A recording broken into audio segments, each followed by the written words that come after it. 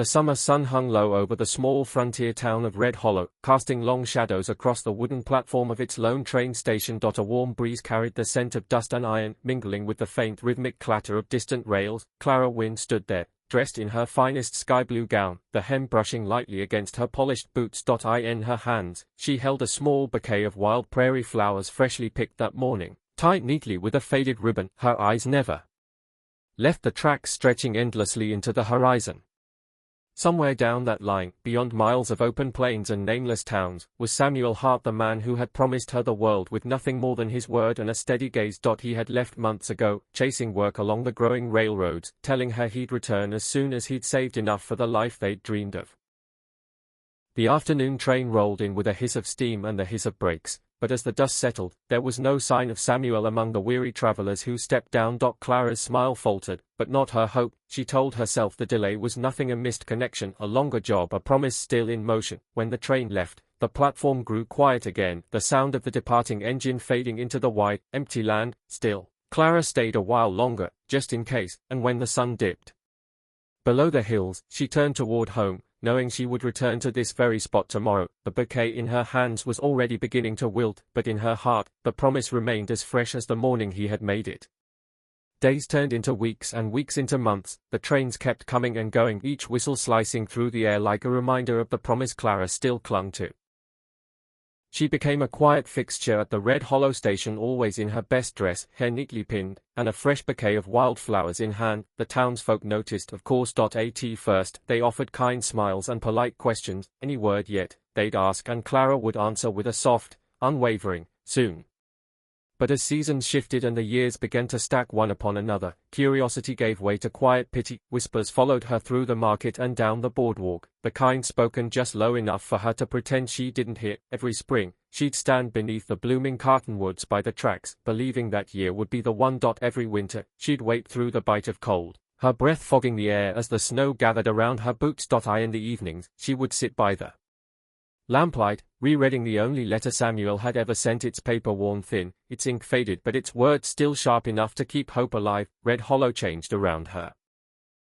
New faces came, old ones left, and the station itself began to age, its paint peeling, its timbers creaking under the weight of passing years. Yet Clara remained the same in one unshakable way. She never missed a single arrival, never stopped searching every face that stepped off each train. In her heart, the waiting had become more than a promise kept, it had become the rhythm of her life. By the 15th year, Clara's once bright hope had dimmed, but it never went out entirely. The laughter that used to rise in her voice when she spoke of Samuel had grown softer, almost wistful, as if she were telling herself a story she could no longer fully believe. Yet, she still arrived before the first train each morning, her hands wrapped tightly around the day's bouquet. Even when the blooms were brittle from frost, the station master had grown old alongside her. He no longer asked questions, no longer tried to suggest she should rest or give up.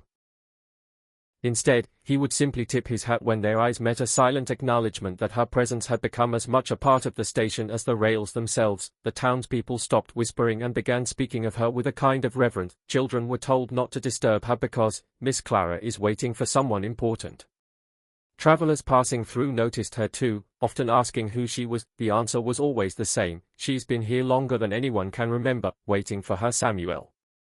Letters stopped arriving and the world beyond Red Hollow moved on. Wars were fought and won, inventions changed the pace of life, and whole families left town in search of new opportunities. But for Clara, time was measured not in years, but in the number of trains that came and went without bringing him back. Her hair turned silver, her steps slowed, and her hands began to tremble when she held the flowers, but her eyes still scanned every passenger with the same quiet urgency.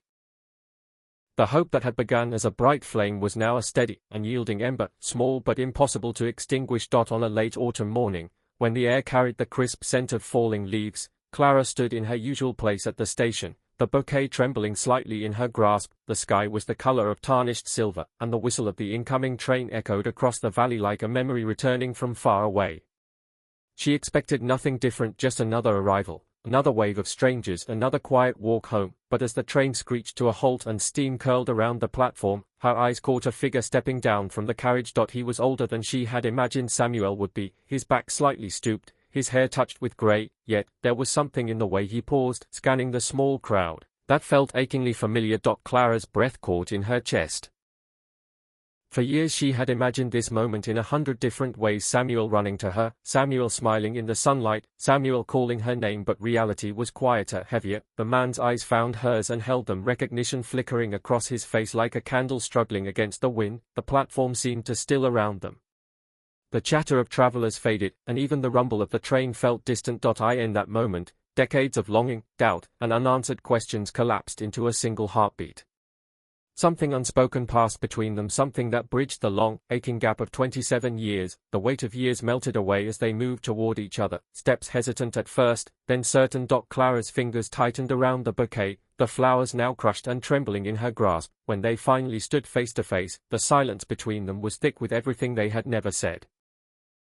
Samuel's eyes, lined with time and distance, carried the same warmth she had once known. It was a warmth she had feared she would never feel again. Clara's heart pounded, the years of waiting flooding her mind, the lonely winters, the countless departures of trains that never brought him back, the quiet ache of unanswered prayers. Neither spoke, yet their presence alone was an answer to every question. He reached out, his hand weathered but steady, and she placed hers in it without hesitation. The contact was enough. It said what words could not: that he was here, that she had not waited in vain, that the long silence between them had finally ended. The world around them moved on, passengers hurried past, luggage clattered against wooden planks, the whistle blew for the train's next departure. But Clara no longer heard any of it. All that existed was this moment, the one she had been living for since the day he left. As the train pulled away behind them, the platform seemed less lonely, the years less heavy.